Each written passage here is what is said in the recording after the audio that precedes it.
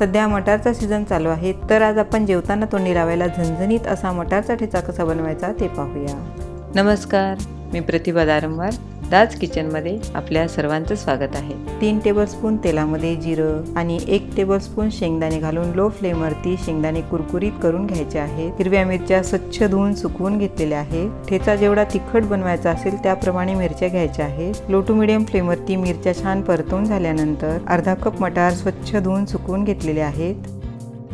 भरपूर लसूण घालून थोडंसं परतवून 4 टोमॅटो बिया काढून मोठे मोठे चिरून घेतलेले आहेत। थोडंसं परतवून यावरती झाकण ठेवून लो फ्लेमवरती वाफवून घेऊ।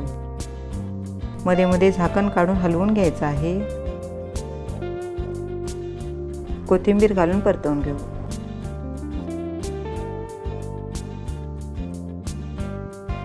साधारण 5 मिनिट झालेले आहेत। सर्व छान वाफलेलं आहे आणि टोमॅटो पण नरम झालेले आहेत। गॅसचा फ्लेम बंद करून थंड करून घेऊ।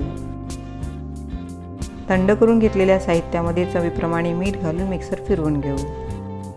मस्त ठेचा तयार झालेला आहे। हा ठेचा फ्रीजमध्ये ठेवल्यास 7 ते 8 दिवस छान राहतो। यामध्ये जिरं, मोहरी, कढीपत्ता घालून गरमागरम फोडणी करून घेतलेली आहे ती घालून घेऊ। जेवताना तोंडी लावायला किंवा पोळी भाकरी सोबत खाण्यासाठी मस्त मटार टमाटरचा ठेचा तयार झालेला आहे। हा ठेचा आपण भातासोबतही खाऊ शकतो। तेलामध्ये मोहरी, जिरं, शेंगदाणे,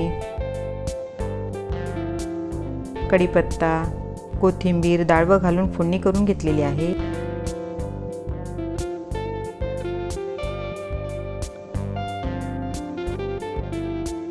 भातामध्ये चवीप्रमाणे मीठ, फोडणीचं तेल आणि ठेचा घालून मिक्स करून घेऊ। मस्त झणझणीत खमंग ठेचा भात तयार झालेला आहे। तुम्ही अशा पद्धतीने मटार टमाटरचा ठेचा नक्की करून पहा आणि कमेंट्स करून मला सांगा। व्हिडिओ आवडला असल्यास लाईक, शेअर करा आणि अशाच वेगवेगळ्या रेसिपींसाठी चॅनलला सबस्क्राईब करायला विसरू नका।